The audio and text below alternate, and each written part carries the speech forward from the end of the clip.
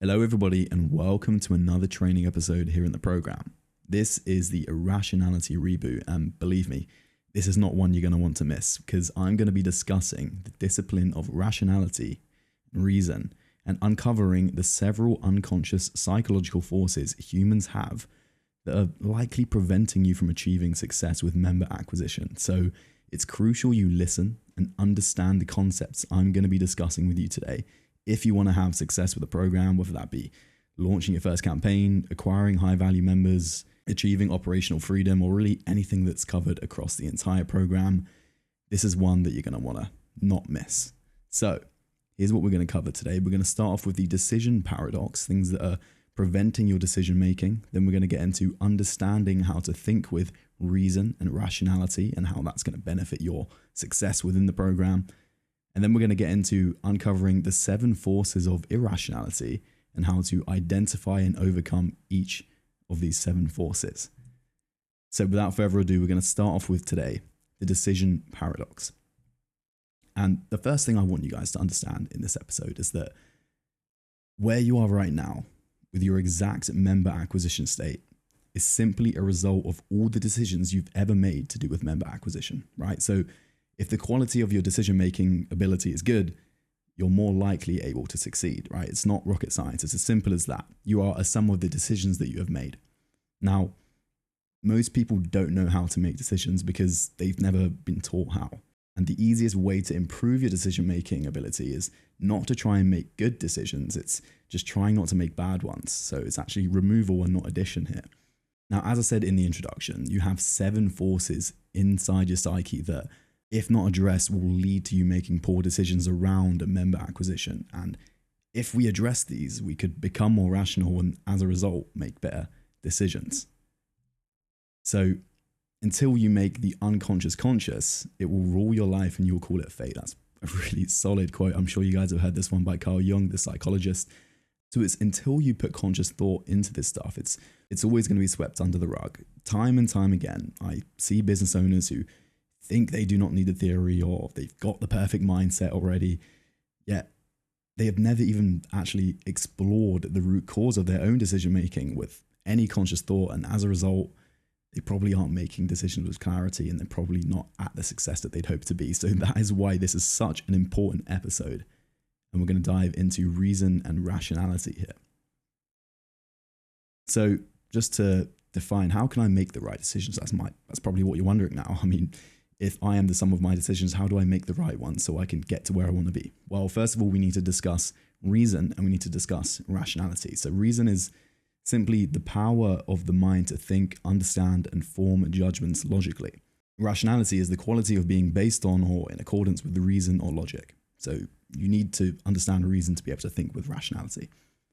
So if you're rational and you reason well, you'll be right and make the right decisions more often. And a decision is only right when making it leads us to take an action that helps us achieve the goal. Okay, so the first step towards rationality is simply awareness, understanding what is. And so if you're wondering, how do I become more rational and be able to reason better? The best way is just through inversion, right? We simply focus on how to not be irrational or reason poorly. And then that will inversely help us to understand how to become more rational and reason well. Okay, so if you don't make the wrong decision, you will always make the right one. So what are these 7 forces that pull us away from thinking and processing decisions with reason and rationality and ultimately hinder our success? Well, the first force is bias. And bias means to lean towards or have a predisposed inclination towards something or away from something, right? It's like a magnet. I've got on the screen here. Okay, an attractor, if you will. So if you have a bias towards something, you will attract and experience more of that thing. And if you bias against something, you will repel and reduce the experience of that thing. So really what we can come to understand here is that a bias has a psychological gravitational pull, right? So here's a rule. You can't develop a bias for something without developing a bias against something else because they're polarizing by nature, right? So if you have a bias towards one thing, you're going to have a bias towards something else. And so what comes into the equation here is the idea of mental inertia. So if a human is biased towards something, their psychology will continue to evolve in that direction. It's one of the cognitive biases that we have as human beings. So the stronger the bias becomes, the more of something the bias attracts or repels, meaning the stronger the bias becomes. And that's essentially what we know as a feedback loop, because you're always going to be searching for something that confirms that bias. Many of you may have heard of the term confirmation bias. That is where that comes from. And the reason why biases are a problem is because a bias polarizes you towards a certain way of doing something until the only way you can do that thing is the way the bias is set. Okay? So when it's time to adapt or change or do anything out of alignment of that bias, someone with a bias will struggle, okay? And they'll reject the changes simply not being them, all right? Not being me, okay? Because that's the only thing that they know. So if you're biased to think Zach is the best in the industry when it comes to member acquisition, well, you will attract more information and experiences to confirm that. And thus that is going to be your confirmation bias, right? So I'll give you guys some examples here. I once had a client who was biased towards not seeming spammy, okay? So she was biased to think that sending offers via text, regardless of the quality of them, was going to be seen as spam by her list. So what happened is this led to her being irrational, making decisions that were not conducive to member acquisition. And even after I showed her real data and metrics from other facilities using the exact database reactivation strategy that we've got here in the program, she still insisted on it being spam and that it was against her way of doing things because she was living in that bias, right? I've got another example.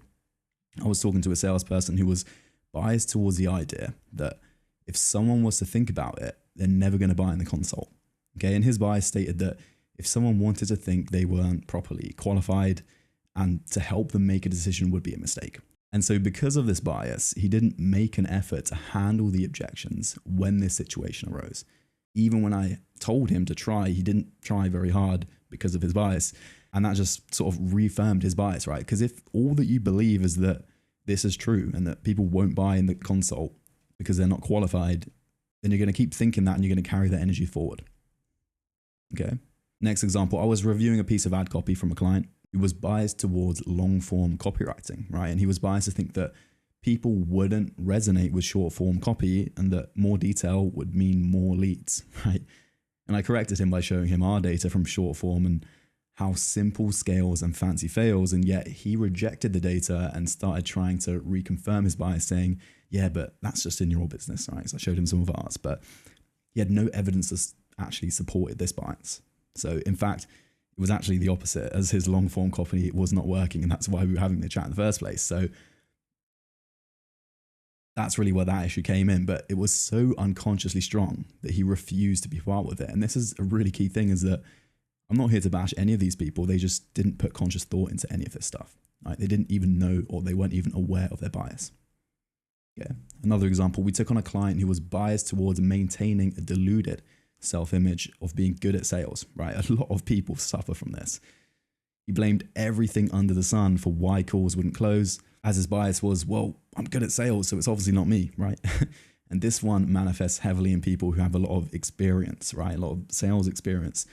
But ultimately, over time, we did manage to correct this bias and manage to get him in a space where he was able to start learning how to actually sell currently in the market. But it did take some doing. Last example here, when I started building member acquisition systems, I mean, I was biased to believe that they would all work with enough iteration and scientific method testing. But as a result of this, when the systems didn't perform, I was biased to think that I just needed to run more tests, when in reality, some of them were just not good enough, right? And it didn't matter how many times I would iterate, they would never be able to perform enough for me to put it in the program. So there's one of my own, right? And the key thing here is that biases can be a force for good or for bad when it comes to member acquisition, right? So if you're biased to think your systems will work, well, then you're more likely to get results than if you think that they won't. But only if you caveat your positive bias with something so that you don't just become delusional, right? Because you can't just think that, oh, okay, I'm just going to spend $20 on ads for 3 days, but it's definitely going to work and that's going to be my bias, because, well, that's just delusion, right? So that's bias. And the action step for here is, I want you guys to grab a piece of paper, do this on a Word document, whatever you want. List 10 biases that you have. Okay, think about it. List 10 biases that you have that are negatively affecting your ability to acquire members. This is going to take a little bit of introspection, but this needs to come from within. Okay, so that is our force number one. That is bias. Moving on to force number two, and that is going to be emotion. Emotion is another key force that drags us away from rationality, and it's the number one enemy of member acquisition. Okay, it's the reason most business owners fail. And here's the issue, because you have your current situation in business, and that's what we call the now, right? And you have a goal, which is your desired situation in business, and that's the future. But both of your states, the now, the future, they both create strong emotions. Okay, so for now, it could be pain, desperation, suffering, unhappiness, fear, anxiety, panic, sadness, hate. And if we were to state the future, that would be something like pleasure, freedom, joy, happiness, confidence, love, over the moonness. Okay? But to bridge that gap between the now and the later, between what we experience now and the future that we want, you need to be able to solve the problem of member acquisition so that you can facilitate the financial, the freedom, everything that you need to get to that future. So how does this all relate to emotion? Well, as an owner of a gym, your entire emotional condition pretty much hinges on this member acquisition thing. If that's a thing that's going to facilitate the future that you desire, then it's all going to hinge on that thing, if that makes sense, which is member acquisition, getting yourself more high value members into your facility.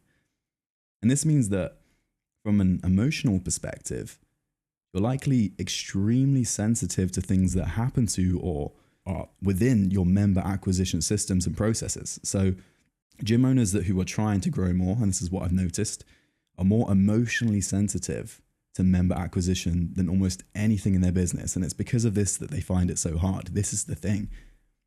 They're more emotionally sensitive because the more emotionally sensitive you are to member acquisition, the more irrational you're going to be. And as a result, the more mistakes you're going to end up making. So you can see the paradox of that thing. The more emotional you get, the more you think about the thing, the more irrational you become. Okay, and in Admetrics Mastery, we recall that the scientific method is the best way to achieve success in member acquisition because this requires testing, patience, and emotional control. Because to be honest with you, you can build two types of member acquisition systems. You can build a successful one and one that fails. The successful one is built with slow, methodical, logical, thoughtful, and deliberate change. And the one that's failing is built with erratic, impulsive, illogical, sudden, chaotic, and accidental change. And the only difference between 1 and 2 is that person 1 operates with rationality and not emotion. So you must learn to control your emotions and do the following if and when a hypothesis fails. You need to, 1, be able to sit and face the distressing emotions created by your now state. And then 2, you need to be able to resist the temptation of the pleasurable emotions created by your future state. And the reason why we want to do these things is because we must take all observations from member acquisition as a way to propel us forwards. You either win or you learn with these systems. And the last thing that you want to do, if a hypothesis does fall through, is to avoid the current state and get shiny object syndrome, thinking about a completely different methodology rather than using your data that you've just collected to make strides closer to your objective outcome with your current system. And so what's the deal with emotions? Why are they such a problem, right? Well, here's the thing. Here's what I need you to understand. Emotions are not the problem here. No. It's what they encourage that's the problem. Emotion actually originates from the word emovere in Latin, which means to move, okay? And emotions encourage movement, right? And in other words, we can just say that emotions encourage action. And almost all emotions cloud our judgment and encourage us to make decisions and therefore take actions that aren't right, okay? Positive emotions can be just as destructive as negative ones if they are not controlled. That's the main thing here, is that we need to control that action. And so here are some of the common emotions that interfere with member acquisitions. And this is not a definitive list. These are just the ones that are most common, right? And you guys can read this on the screen here. We got anger, fear, confidence, stress, anxiety, envy, panic, stress, delighted. All of these things, you want to keep it a balance. You need to be able to keep it a balance with these things because they can throw you off. If I was to get extreme success week 1 of my advertising campaign and I end up feeling extremely delighted, so much so that it completely throws me off my methodical state, you can see exactly the road that will take me down. So here are 2 rules that you must follow. Number 1, never make a decision around member acquisition when an emotion is present, especially if it's a strong one, because the stronger it is, the longer you will need to wait. Okay, so you want to wait until that emotion subsides. And number two here is always make changes for your member acquisition systems based on data and not emotion. Okay, I've said this time and time again. It doesn't matter how you feel or hope that a system will operate. It's just about the data that you collect. This is how you win. Okay, you need to learn to watch and observe your emotions. All right. And a key tip here, you guys can just start this with meditation of your own thoughts, right? For just 10 to 20 minutes every day, just watching your breath. And just doing that alone, I've seen myself achieve financial freedom. And any person I've coached has done the same. So meditation really is that powerful because it allows you to observe those emotions and control them. So let's get into some examples. Number one, I was making 40K a month in my marketing agency. And I saw a competitor making 100K a month, and I got envious and mad.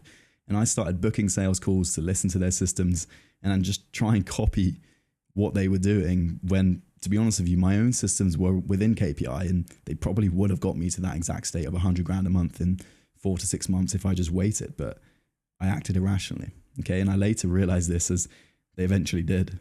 Okay.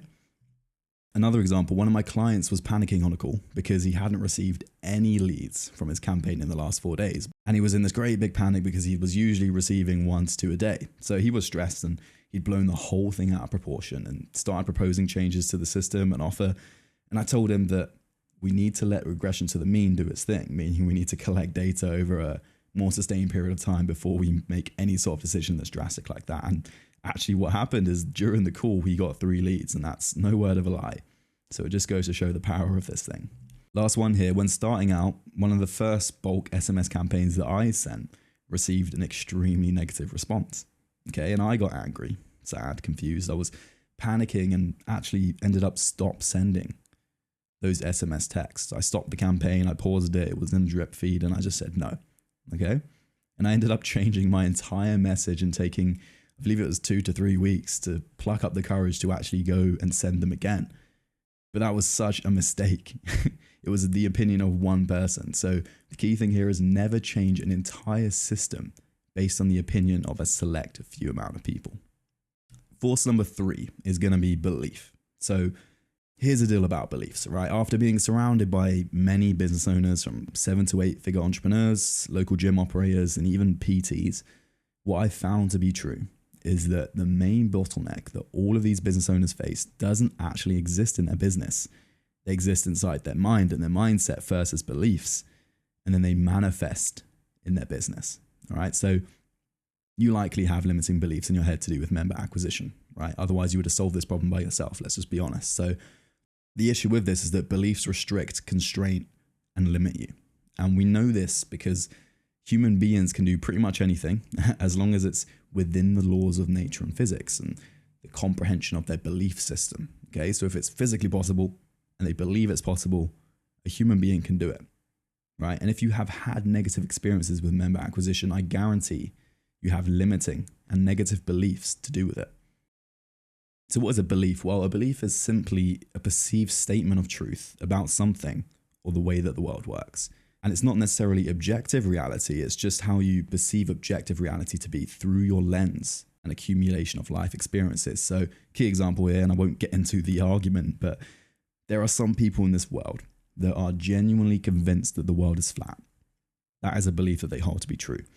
Now, they likely read an article or fell down that rabbit hole enough for them to begin to hold on to that belief. And it doesn't matter if you try and show them opposing scientific studies, they're just going to dismiss it. That's a belief that they hold to be true about the world. Or I guess let's have more of a personal example. If you've trained clients, you'll know that most people starting out their fitness journey, they're going to have tons of self-limiting beliefs, right? And these are beliefs that they hold true about themselves. People will say they cannot run, they cannot do squats, they cannot stretch.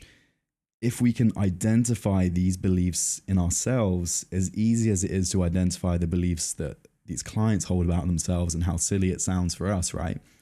Then we're going to be one step closer to rationality and ultimately getting results. Okay, so the key point here is that you likely do not have a business problem. Lots of people think that it's just, they just need this one ad and then it's all going to be okay, or they just need the system and that's it. But here's the deal, is that you don't have a business problem. You've just got a personal problem that is reflected in your business. So I've got another action item for you. I want you to list out everything you currently believe to be true about member acquisition. We call these domain-based perceived truth statements. And then I also want you to list out your personal beliefs about your ability to acquire members for your facility. So we call those our identity-based perceived truth statements. Now, what I've got, and you guys can make a copy of this, is a quick Google Doc example. So I'll just pop that open quickly and we'll take a quick look. Now, obviously this is just going to be a quick example that I've made, but I want you guys to go and create a copy of this and then put in your own domain-based perceived truth statements. These are things that you just believe to be true about acquisition. Okay, so I've got people hate switching gyms, people don't like to receive advice on their health, paid ads take too long to see results, all this sort of stuff. And then second page, identity things. These are things that you believe to be true about yourself and your own ability to acquire members for your facility. So I lack confidence in my service. I'm scared of running free trials. Okay, you guys can go ahead and make sure that this is all coming from you. Do not copy a single thing that you see on each of these pages. Okay, and that's that. So hopping back in here. So force 4 is ego. Now, in member acquisition, ego is what can be seen as the enemy, right? Ego is the enemy. Now, key rule here that I want you guys to follow that relates to ego is that we never want to take anything personally when it comes to member acquisition. And here's the deal, because when you're going to start scaling up your members, okay, and you're going to start acquiring new ones, launching these systems, you're naturally going to deal with a larger pool of people, more people than you're used to, right? And some people aren't very nice. Okay, they can do weird, unexplainable things that might upset, offend, or anger or annoy you. Okay, especially if you take a lot of pride in your facility and you really take a lot of pride in your product and the service that you're delivering. Okay, but some people will not see that vision. They will not align with that vision and they will just do unexplainable, strange things. But in those times, it pays incredible dividends to never take anything personally when you're trying to actually grow your business, because the best way to win an argument is to actually just avoid one to begin with. Okay, you do not need to argue. Instead, you need to detach your ego and remove yourself from the conversation completely.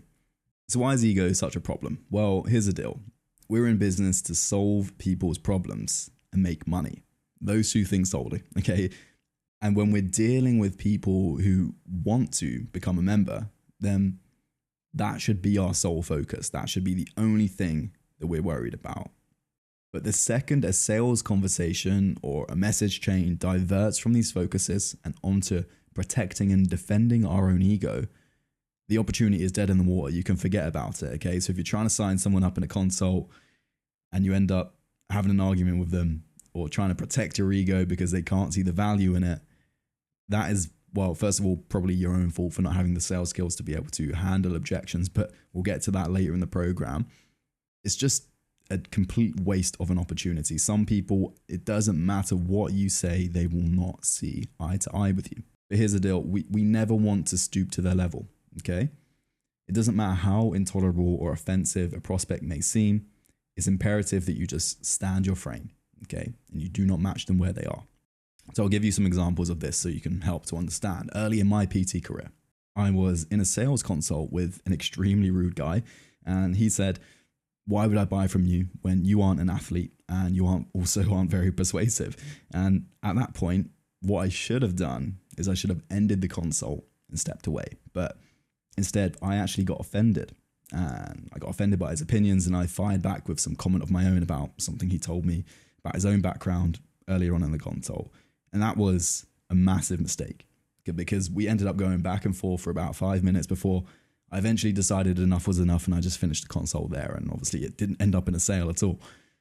And so what happened was it spiraled. Okay, I took the offended energy from that prospect into my next 4 sales consults, and to put it politely, they all went to shit. And I actually found out later that day that the guy posted on his Facebook wall that the gym was a disaster and that I should not be trusted. So if you win in the argument, you always lose in business. Okay, another example, one of my clients was tagged in a post by a disgruntled customer who ended up posting to his big or semi-large LinkedIn audience about how awful my client was. And my client had drafted a whole response to put in the comments, and to be honest with you, it was a little aggressive. So I just told him, if in doubt, do not comment at all. And let's put it this way, he was glad that I told him that. One last example here. Comments on social media used to offend me until I realized that they're just words from useless people with nothing better to do with their lives than personally insulting others to make themselves feel good. So that's just another example of the ego, okay? And just detaching yourself from it. And just to sort of summarize here, you also just shouldn't do things how you want to do them. Do them based on best practices. These are some key words, because if you're new to something, the objective truth is that your ideas and the things and the ideas that you have about the best way to do it is probably not the best way. So you should just take best practices of people who have done the thing and use those, and then eventually down the line you can iterate and come up with your own ideas. But until that point, your way will not be the right or the best way to follow the best practices. Detach the ego. I seriously wish someone told me that earlier, because that would have saved me many, many years. So moving on to force 5, and that is resistance. Now, resistance is a whole nother ball game. Okay, resistance is an internal sensation that prevents you from taking action on member acquisition, right? So it's that thing that we don't want. Okay, it's basically the emotion that you feel, or the sensation that you experience when you sit down to take action, or you attempt to grow your facility, but you simply just can't do the work. Okay, and resistance can basically be summarized as the enemy of member acquisition, and it operates within 7 principles. So I'm going to quick fire them here. Principle 1, an enemy is working against you, and that enemy is resistance. It's intelligent, it's malevolent, it's nasty, it knows everything about you. Principle 2, the enemy is relentless. It aims to kill your desired reality and quash all your hopes and dreams. So we're talking about that future self earlier. Resistance's main objective goal is to make sure that does not happen. And principle 3, the enemy is produced by a fragment of you. Okay, so here's the paradox. It's actually inside of you. It comes from you. It exists and is manifested by you. Principle 4, but you are not the enemy, right? It's a force of nature that's produced by you, but you can't help it. It's just like a pulse. Everybody faces resistance and has resistance. Principle 5, you are the knight, and resistance manifesting inside of you is a dragon, which paradoxically is also you. Principle 6, goals come first, resistance comes second. Okay, there cannot be a shadow without an object and the sun. So here the object is the goal, and the shadow beside you is resistance. So it's always going to be there. It doesn't matter what direction you walk in, what direction you step in, resistance will be by your side. So you've got to learn to live with this thing and overcome this thing. And principle 7, resistance can be overcome with pain, love, and assistance, which is the opposite of resistance. So it's beatable. But the first step is just to recognize when it's there so that you can choose to ignore it. The best way to get rid of resistance is, and the most satisfying thing is just to understand when resistance is manifesting in you, and just to say, hello, resistance, I'm not going to listen to you right now. I'm going to do what's actually going to be conducive to the growth of my facility. So to help you understand the different types of resistance that human beings have, I've gone ahead and listed some of the most common forms here, right? Because resistance as a force can take many different forms, right? And here are, as I've said, the 5 most common forms of resistance that I've defined, that I guarantee some of you will have them manifest in you when you attempt to sit down and take action on growing your facility, right? So number 1, a massive form of resistance is just fear. And fear is simply not taking action because you're afraid of what happens if you do. Okay, so you might say that you want more high value members, but you're not going to take the actions that are going to allow you to, because you're actually afraid of what happens if you end up having more members, right? And let's say you're not confident in your system, right? You're afraid of what happens. Will one of your team members leave and then you can't fulfill them? That's such a common one that you need to be careful of, and you need to understand and notice if you have that resistance in you, and not necessarily beat yourself up about it, but just understand that it's there. In number 2, I've got here instant gratification. Okay, and this is not taking action because you want or expect instant gratification. You want instant results. Okay, you don't want to wait 30 days to see positive results and positive ROI from ads. You just want that money to hit your account right now. Well, unfortunately, we're in the game of business here. We're not in the game of magic. So we can't yet guarantee that. And you guys are going to need to look out for instant gratification and understand that real business takes time. Number 3 is doubt. And doubt is not taking action because you have doubts about yourself or that it's even possible. So doubt is similar to fear, can be intertwined, but doubt is just really is a belief thing, right? A good way to understand this is that if you've seen somebody else do it, well, then you know that it's achievable. So you need to first understand that to be able to then take steps to get rid of the doubts you have about yourself. Okay, number 4 here is procrastination, and we all know this one, and it's not taking action because you're putting it off till tomorrow. Right? How many people have done that? Everybody I know procrastinates on things, but this can be a real killer of success. So you need to watch out for this one. And number 5, pain avoidance, all right? And not taking action because it hurts. Let's be honest, building a successful business hurts. I know this firsthand. Growing your facility is going to suck, and it's going to have a lot of pain involved in it, a lot of work involved in it. But don't let that pain deter you away from the success that you could have. Don't be avoidant of that pain. You'll soon learn that if you can learn to love the pain, well, then that's when business becomes really fun. And that's when your success multiplies like crazy. So there are 25 additional forms of resistance that I've added in the episode PDF under the heading Force 5 out of 7 resistance. Okay, and you can check that out in the document that I've got linked below this episode. But for time's sake, I'm just going to keep it moving on. I'm going to cap off here with an example of resistance, just so you can really sort of understand how this manifests. And this is a personal example because when I was starting EasyFlex, I was essentially responsible for sending outbound DMs to prospects, which basically means I was sending messages to people saying, hey, would you like to check out our stuff?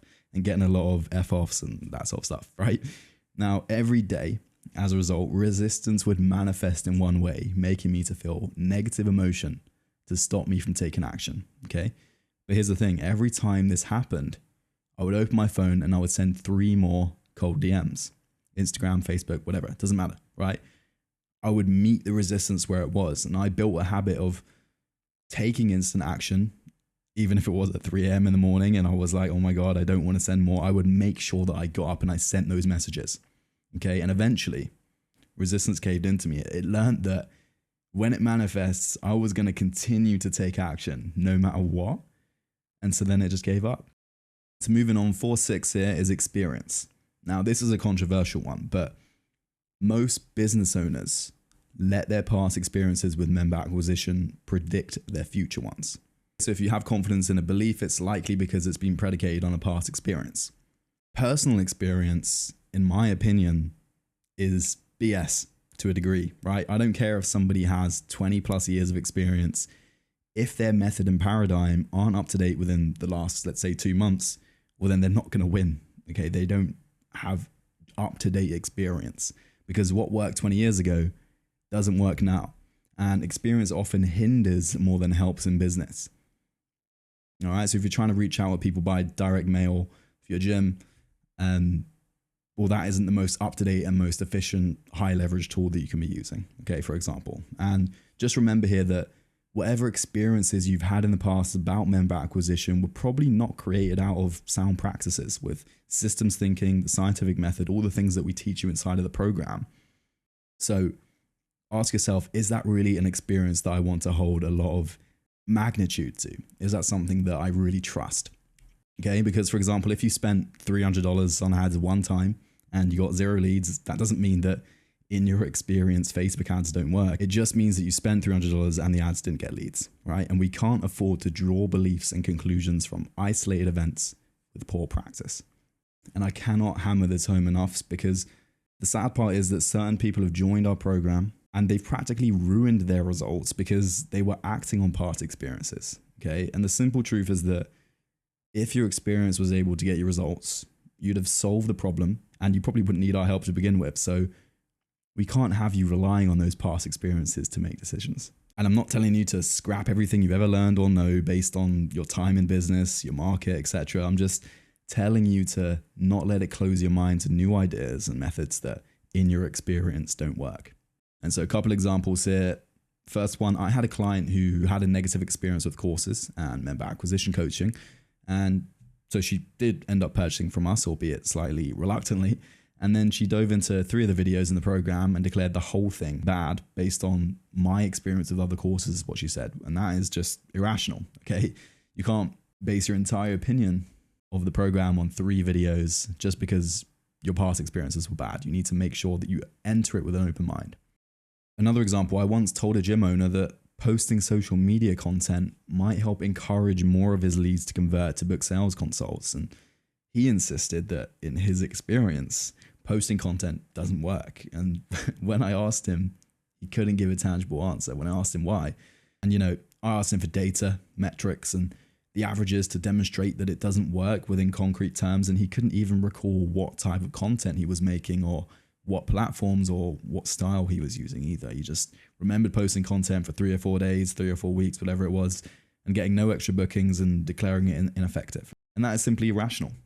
And last one here, we had a client who was running ads to a video-based funnel, and her funnel wasn't converting. And so we had a look at that. We were like, well, that's strange. And upon investigation, we found that she wasn't using practices that were taught by us in the program, and instead she made it up herself because in her experience, whenever she tries to model someone else's funnel, it doesn't work. When I asked why, she explained that 3 years ago, she tried to copy an ebook funnel and got no conversions, and that is just irrational.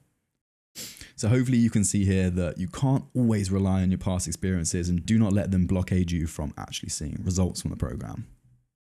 The final force, number 7, is projection. Now, human beings are mirrors. And so what I mean by this is that when humans are looking at someone else, they'll see part of themselves psychologically. This is called projection. And this is a devastating force of irrationality that screws over many people trying to acquire members. And so projection is where you take one of your qualities or beliefs, and then you assume that other people you're dealing with will share the same quality or belief in question. Now, this is a natural thing, and it's done, to be honest with you, by 99% of humans on the planet, because, well, we simply assume people see the world the same way that we see it. This is a massive cognitive bias of the human species, but projection only becomes an issue when you begin thinking people will act and behave in a certain way just because you act and behave in that certain way. Because believe it or not, human beings are vastly different, and you cannot afford to, for example, build out your entire campaign or social media content posting based on content that you would like to see rather than what the prospects you're trying to attract would like to see. And one of the negatives about projection is that it also creates fear and it paralyzes you. And this is mainly because of fear of judgment. So many gym owners, from my experience, are worried and anxious about running offers or trying new methods of member acquisition because they fear that people will judge them for trying to do it. They don't want to take that leap. But the thing about fear of judgment is that, well, the only way that you have it is to be actively judging other people for that thing internally within your own life, okay? Because if you're judging yourself, then you're judging others. So if you see ads from other gyms in your area when you're on your phone and you think to yourself, well, that sounds like a scam, or who in their right mind would buy an ad or opt into something like this, I want you to catch yourself and correct that projection and that judgment of them. Because if you're judging others, well, then you're always going to judge yourself, because your internal world reflects your external world just like a mirror, okay? Just like one of these things. And the fastest way to eradicate fear of judgment is to stop judging other people for the thing you're afraid of being judged for, right? So I want you guys to write out some of your judgments right now. Think about them. What are some of the things that you judge others for doing that are therefore making you afraid to take action within your own business? And then once you have that list, I want you to practice actively seeking out the things that you judge and act the way that you hope a prospect of yours would. Redesign it so that you see the outcome that you would hope from yours. All right. So I've added a Chrome extension here for example, for the ads example, there's a Chrome extension called Turbo Ad Finder. And if you go on Facebook and you turn this extension on, what you'll see is that your entire feed will just be full of ads and just be full of ads. And I want you to just go through, scroll through, actively seek out other gyms' ads, okay? And just do not judge them for it. But just understand that this projection thing is real, and your own insecurities are the only things that are stopping you. So next time you see those ads, whether you're using the plugin or not, whatever any of your judgments are about member acquisition, make sure that you're not judging others, and then you will not judge yourself. And so some examples of this would be for projection. Well, one of my clients was really struggling to close people on the first consult.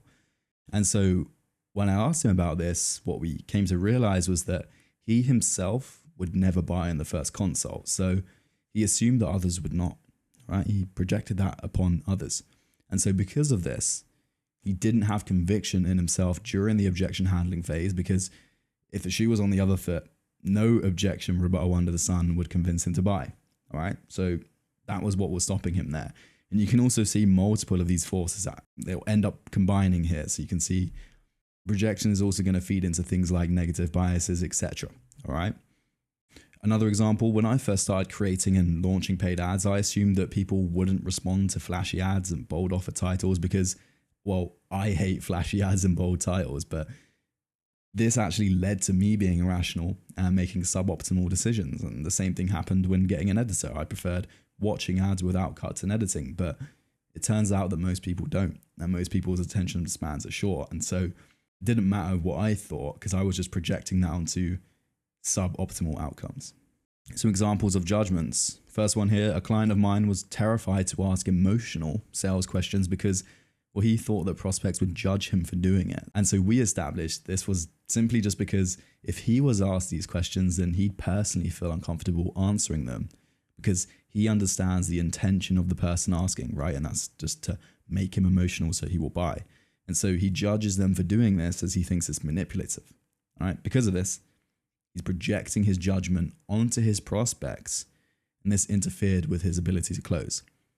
And this is such a key thing, is that most people aren't going to have the same judgments that you do. Some will, but some won't. And for you to think that a prospect is going to be thinking, oh, he's trying to make me emotional, so I will buy, plain and simple, it's just silly, okay? So you can see the clear issue here, and that's why it was affecting his ability to close, because he was carrying through this projection with him. How could you possibly expect to be closing sales consults when you're holding something true like that? And final example here, a personal one. I used to be afraid of asking people to leave a review for my first PT business because I would judge other businesses for doing it, thinking I was desperate, right? Therefore, I didn't ask because I thought other people would be thinking I'm desperate. They'd have that same belief. But then I realized that I caught this thing and I stopped judging people who did it. And well, miraculously, the fear ended up going away. All right, so that's force number 7. That is projection. We've gone through all of the 7 forces. Just to summarize here, we started off with the decision paradox, talking about how where you are right now with your exact acquisition state is simply just the result of all of the decisions that you've ever made about acquisition and acquiring members for your facility. We delve into what reason is, what rationality is, and what it means to think with rationality and with reason. And then we went through all of the 7 forces here: bias, emotion, belief, ego, resistance, experience, and projection.